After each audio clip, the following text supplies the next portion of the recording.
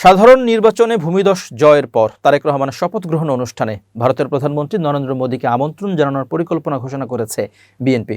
সূত্রের বরাত দিয়ে ভারতীয় গণমাধ্যম বা সংবাদ মাধ্যম ইন্ডিয়া টুডে কথা জানায়। প্রতিবেদনে বলা হয়, শপথ অনুষ্ঠানে আঞ্চলিক রাষ্ট্রপ্রধানদের আমন্ত্রণ জানানোর প্রস্তুতি চলছে। ভারতের প্রধানমন্ত্রী মোদীও আমন্ত্রিতদের মধ্যে থাকবেন বলে আশা করা হচ্ছে। প্রতিবেদনে বলা হয়, যদি আনুষ্ঠানিকভাবে আমন্ত্রণপত্র পাঠানো হয় এবং তা গৃহীত হয়, তাহলে ঢাকায় নতুন রাজনৈতিক নেতৃত্বের অধীনে ভারত বাংলাদেশ সম্পর্কের ক্ষেত্রে মোদীর উপস্থিতি একটি গুরুত্বপূর্ণ মাইলফলক হিসেবে চিহ্নিত হবে।